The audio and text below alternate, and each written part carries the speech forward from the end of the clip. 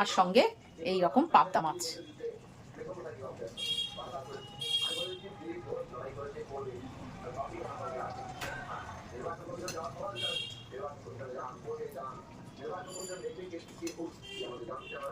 সবকিছু কিন্তু আমি গরম গরম কড়া থেকেই তুলছি।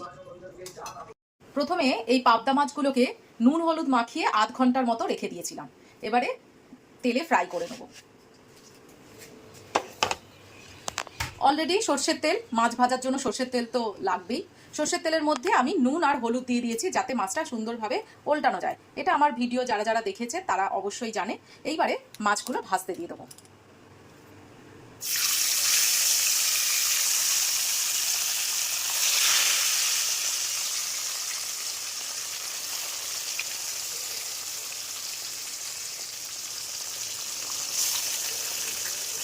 অল্প অল্প করে ভাজি, আগে 4টে ভাজি, তারপরে আবার 4টে ভাজবো, তারপরে কটা থাকছে আর একটা ওই গুজে বাজে দিয়ে দেবো এদিক ওদিক করে।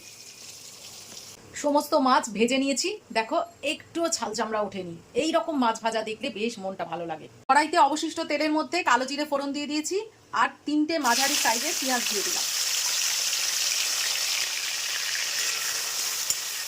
পেঁয়াজটা একটু হালকা লাল করে ভাজবো। এর মধ্যে একটা মশলা তৈরি করে নিই, চলো। মশলার জন্য মিক্সিং জারে নিয়ে নিয়েছি রসুন, শুকনো লঙ্কা, আদা, বেশ কিছুটা কালো সর্ষে আর সঙ্গে একটু পোস্ত। এই হচ্ছে মশলা আমার। এটা এবার প্রথমে শুকনো করে তারপরে জল দিয়ে পেস্ট করে নেব। পেঁয়াজের কালারটা চেঞ্জ হয়ে গেছে, এর মধ্যেই আমি একটুখানি সামান্য হলুদ দেবো। নুনটা এখনই দেবো না, নুনটা লাস্টে দেবো যদি প্রয়োজন হয়। আর এই মশলাটা যেটা পেস্ট করলাম সেইটা দিয়ে দেবো।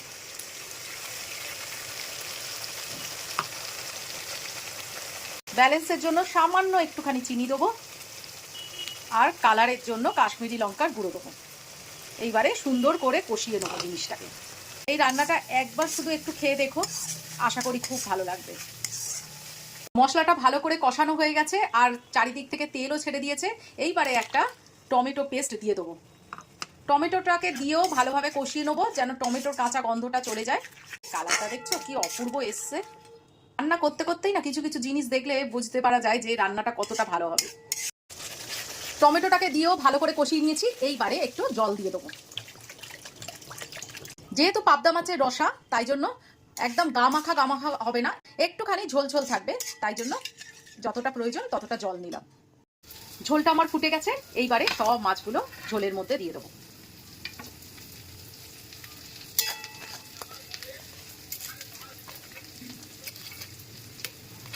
সঙ্গে ঘি, কেননা আজকে বরমশাই ডাল খাবে না, ঘি দিয়ে পেঁয়াজ কলি আলু ভাজা খেতে খুব ভালোবাসে।